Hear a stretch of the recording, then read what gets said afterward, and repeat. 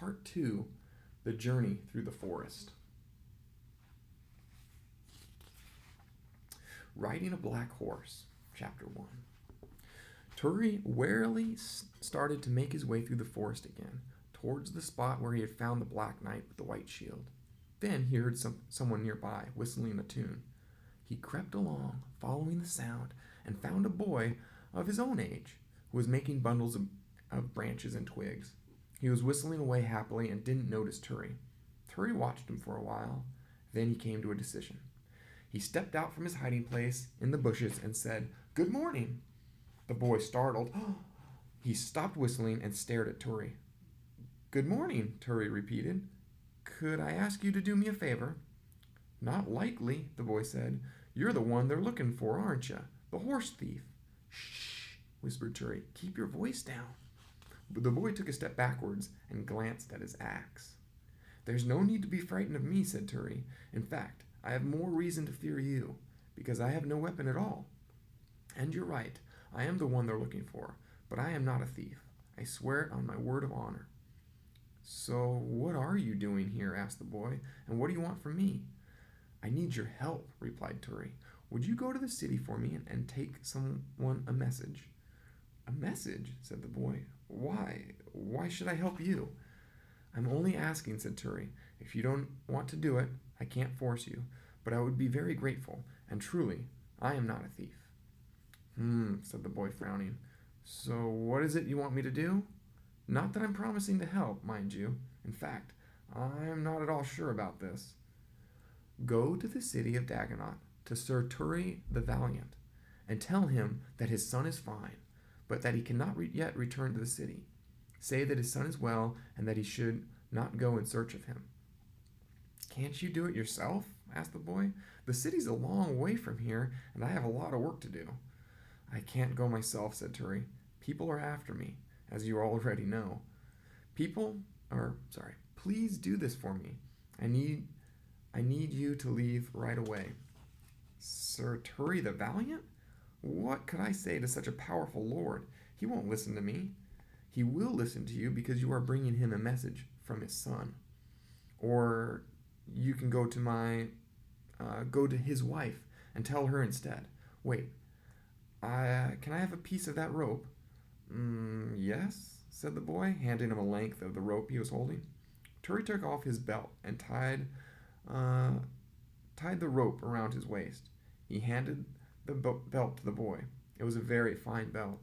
His mother had embroidered it, and his father had bought the golden buckle from the best smith in the city. "Look," he said, "give this to Sir Turi or his wife, and they will know that I sent you, and you may keep the buckle as a reward." Hesitantly, the boy took the belt. "What am I to say?" he asked. Turi repeated the message. "Do not forget it," he added, "and go right now. One last request. Tell no one that you saw me, except for Sir Turi." And the boy said except for Sir Turi, said the boy with a smile. "So you'll do it?" asked Turi. "Yes," said the boy, carefully rolling up the belt.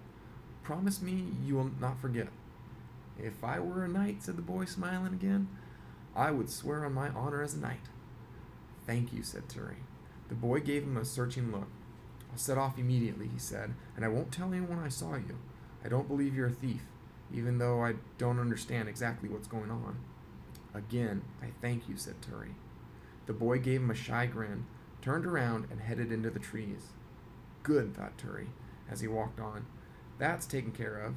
The boy would keep his promise, he was sure of it." And Turi could devote himself to his task with an easy mind. He was soon back to the clearing where the soil had been churned by hooves. Quietly he moved towards the place where the Black Knight lay. As he came closer, he heard the sound of voices. Was it the men from the inn? He thought he recognized the innkeeper's voice, even though all he could make out was, "Oh," and "Whoa," and "Murder." The black horse was still there, tied to a tree. Turi untied the horse in an instant and climbed onto its back. As Turi sat in the saddle, it started to rear up. "Calm down," he whispered. "You must obey me. I have a task to perform for your master." The horse tossed back his head and whinnied. It was difficult to gain control of the animal, but Turi succeeded. Then he heard a shout. "Hey, who's that?" Turi dug in his heels into the horse's flanks, slapped its neck, and hissed, "Run!" And the horse obeyed. It raced away, galloping straight through the forest, leaping over bushes and plowing through the undergrowth, pushing leaves aside and snapping branches. Turi had to hold on tight. He thought he heard a man shouting, but it could have been his imagination. Soon he left the grim place far behind. The horse was fast and fiery, a steed that was worthy of the Black Knight. Could it sense that he was carrying out his master's final orders by bearing Turi as quickly as possible to the west, to the land of King Unawin?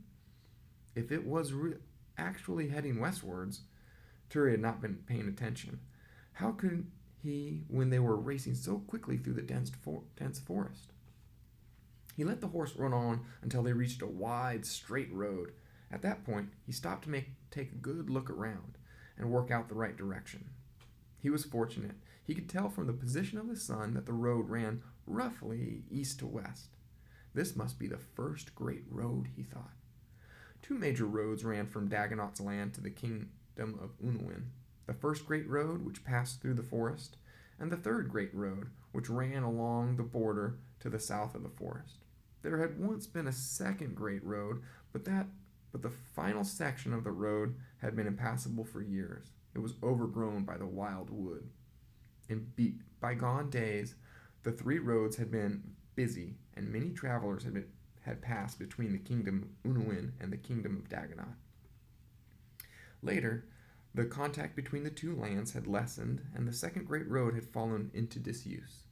Turi had heard, however, that more travelers and knights were now heading along the southern road from the kingdom of Unawin to Daganot's land.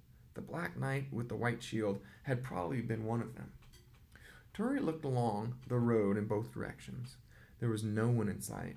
He thought it could not hurt to ride along it for some way. It would certainly be quicker and easier than traveling off-road through the forest, and so he began his journey westwards.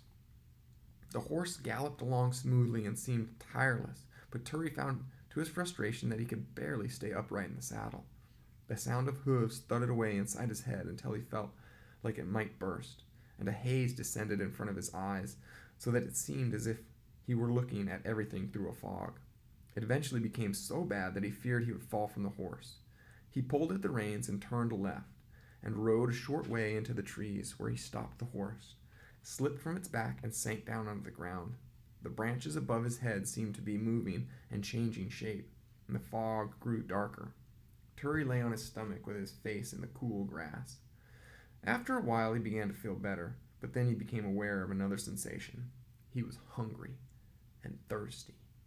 He remembered that he had not had anything to eat or drink since the morning of the previous day, and he realized why he was feeling so weak. He sat up and looked around. He needed to eat something to keep his strength up, but where was he to get food? Perhaps he could find some fruit. He looked at the horse, which was grazing quietly beside him. His eyes fell on the bag that was hanging from the saddle. Maybe there was something he could eat in there. He stood up and opened the saddlebag. The horse briefly lifted his head, but let him look inside. There was not so much in there. 2 pieces of stale bread, a small piece of wrapped in leather, and a horse comb. Turi was delighted to see the bread, and he quickly took a bite. The horse looked at him as though it was expecting something too. "Yes, I'm sure this bread was meant for you," said Turi, "but you don't mind if I eat it, do you? You can eat the grass, and I can't." The horse looked at him with an understanding eye, or at least he thought it did. He took another bite and realized that he was more thirsty than hungry. He pulled the horse's reins and said, "Come on, let's go look for water. There might be a spring or a stream nearby." He walked through the forest for a while, leading the horse, but soon their positions reversed, with Turi trudging behind the horse pulling him along. Finally, they came to a narrow stream, babbling along between tall ferns. Turi lay down beside it and drank. Then he sat up and looked at the horse. "Horse," he said, "you are a miracle worker. You are the kind of horse that great knights rode and minstrels praised, a steed that understands everything and has the intelligence of a human. You have led me to water, and I thank you for your kindness. He took out the bread and ate some more. He also gave a little to the horse this time. He broke the remaining bread into 2 pieces and put them back in the bag. One for this evening and one for tomorrow morning, he thought. Then I'll have to find something else. He carefully unwrapped the small parcel and found 3 flints inside. These will come in handy if I need to make a fire, he said to himself. And I'll make use of the horse comb, too, he said to the horse. I don't know your name, but I shall call you Trusted Ally, and Ebony Steed, and Good Companion. And I am glad that you have accepted me as your rider, and I shall try to be worthy of your former master. Turi lay down again and thought about the Black Knight with the white shield. What was his name? Who was he? Why had he come to the kingdom of Daganot? And what was in the letter? He raised his hand over the place where it was hidden. He must not lose the letter. Then he thought about the road that lay ahead of him, through the forest, along the Blue River, over the mountains to the west. He had to set off again soon, but not along the road. That might attract too much attention. He would stay in the forest, traveling alongside the road and checking often to make sure he was heading in the right direction. And so Turi resumed his journey.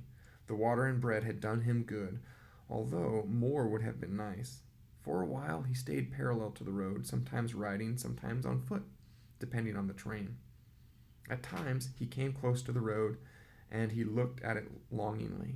He would be able to make much faster progress on that smooth surface. However, it didn't seem like a good idea, particularly when he saw various people walking by later that day. Woodcutters with axes and people on horses. None of those who went by looked like enemies, but they might see him and tell his pursuers.